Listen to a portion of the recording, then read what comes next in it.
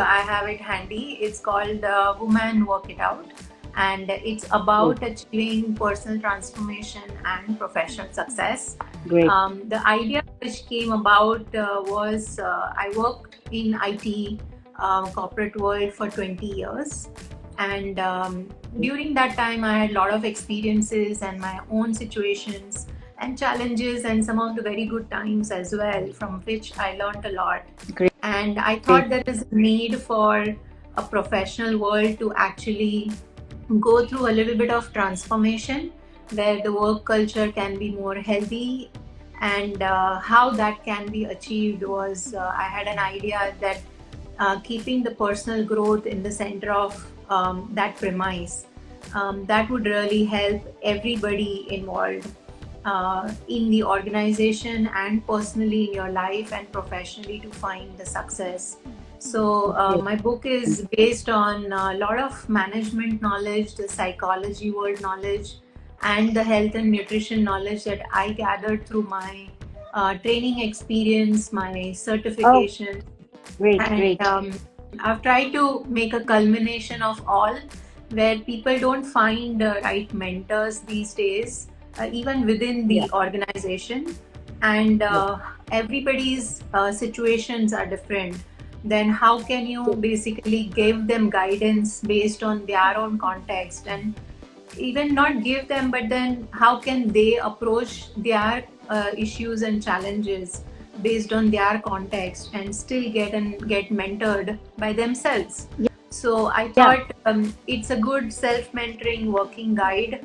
When I say working guide, it means I have a lot of these exercises, practice exercises, which are laid out for every role in a corporate world. Let's say you are an individual contributor, or you are a team lead, you are a manager, or you are leading an organization, you are an executive, or you are in HR making policy decisions. So if collectively everybody has their own set of responsibilities and creative ideas flowing, how can they achieve certain disciplines to say live their reality, live their dream, and escalate their dream to basically be the dream that they wish to be. So the book is actually also talks about this journey in 3 phases, and talks about disciplines which are required to master these 3 phases.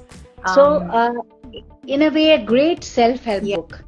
Yes, and it is a non-fiction memoir. A book that is really essential, truly essential, and I feel an indispensable one also. No? Yeah, in some sense, yes. I have tried to give readers a peek into a lot of self-help books I read during my own career. And I thought that this knowledge which is unspoken, these situations which are unspoken, but it's like the elephant in the room, nobody is talking about it, but how do you handle those? So a lot of those stigmas and a lot of those challenges are spoken in the book.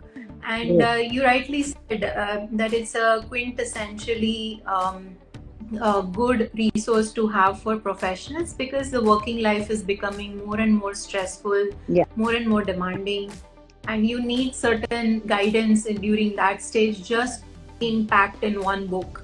So so that was my effort in doing that, and I'm receiving a lot of good reviews from the readers, how it's helping them. They're writing to me with success stories and how they are facing challenges as well. So it's a good feedback received, and I'm happy that people are taking not just information but also applying it and seeing the change in whatever minor way in their daily life that they can implement.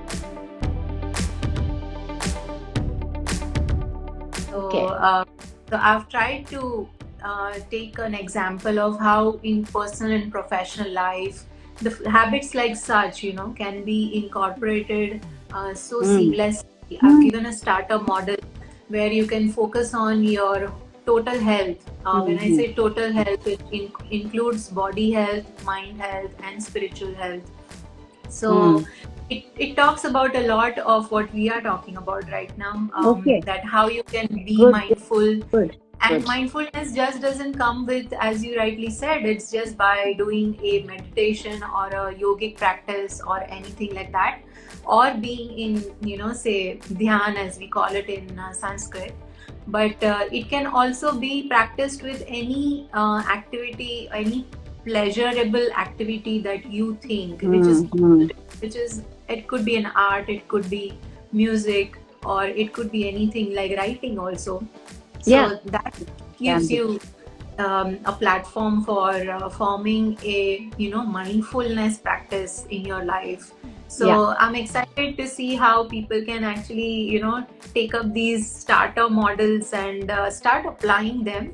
And it need not be too much of information that's around us, right? It need not be that we need to practice more of harder things. We need to practice more of simpler things actually.